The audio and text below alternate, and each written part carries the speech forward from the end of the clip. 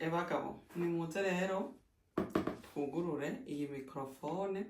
Ndarababwiye ko nzobereka mikrofone kubera ngomba ko tuzoza turayaga ku bizanye n'ubuzima, motivation, ibintu wokora. Rero nzotumira n'abasiki baze nyene tuyage, mugabo murabona ndaguze akamikro kugira nyene ibikoresho bibandanye vyiyongera nyene kugira nyene tubagirire ama content meza. Reka rero tuyugururire hamwe nyene twese katuyugurure.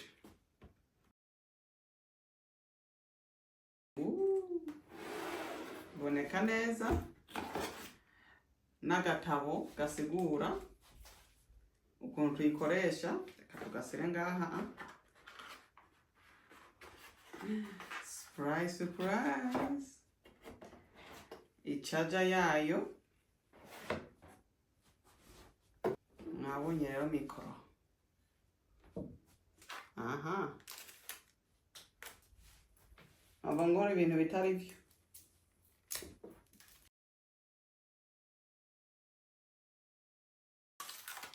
Tugire buke buke ntitubyice. Okay, kwaruku. Mwabonye rero aka kamikoro.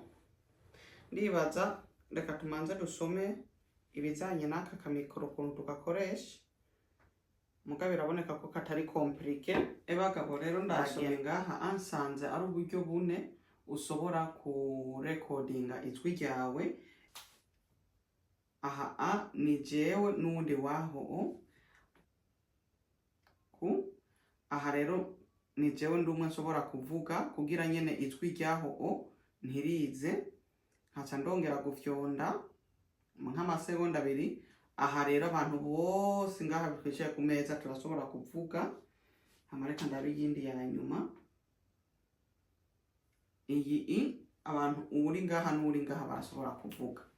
Rero bagabo urumva rero ubu turi ready ku recordinga vya biganiro.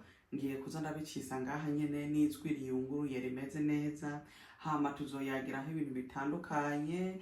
Mbese ibintu bizanye n'ubuzima, fashion, imyitwarariko y'abantu ukuntu twogenda, mbese na investment, kugwiza itunga.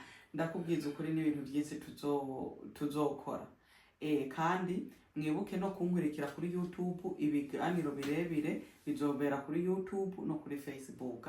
Kuri TikTok ndoza nacisaho nyene ko ndasize video, mugabo vyoba vyiza namwe ibi biyago mukabikwirikira. Kuko nyene tuzoyaga ku bintu bigira nyene umuntu kugira nyene twiteze imbere mu bihe tugezemo. Murabona ko ari iterambere rigezweho, tugira ibintu vyiza. Sawa rero murakoze. Woba warakoreye iki?